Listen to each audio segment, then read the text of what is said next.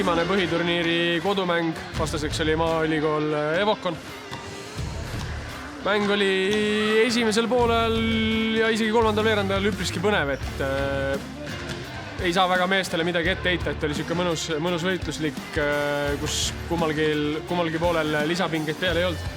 Miks Maaülikool tabeli liider on kaitse pärast ja sellega me ka täna hakkama ei saanud, et nad sundisid meid tegema 21 pallikaotust, millest 23 tulid nii-öelda nendest 21 kaotatud pallist tuli siis 23 punkti, et nii on nagu keeruline mängida, et muidugi see algas sellest, et vastane pani maa-ala püsti ja me ei saanud päris täpselt aru, mida me tahame otsida rünnakul ja kust kohast seda korvi. Nendel hetkedel, kui suudame nii-öelda distsipliinist kinni pidada ja teeme seda, mida vaja on, siis tulevad ka korvid lihtsamini, et ei ole midagi üleliia keerulist. Pidime küll kaotusevalu tunnistama, aga hooaeg ei ole läbi.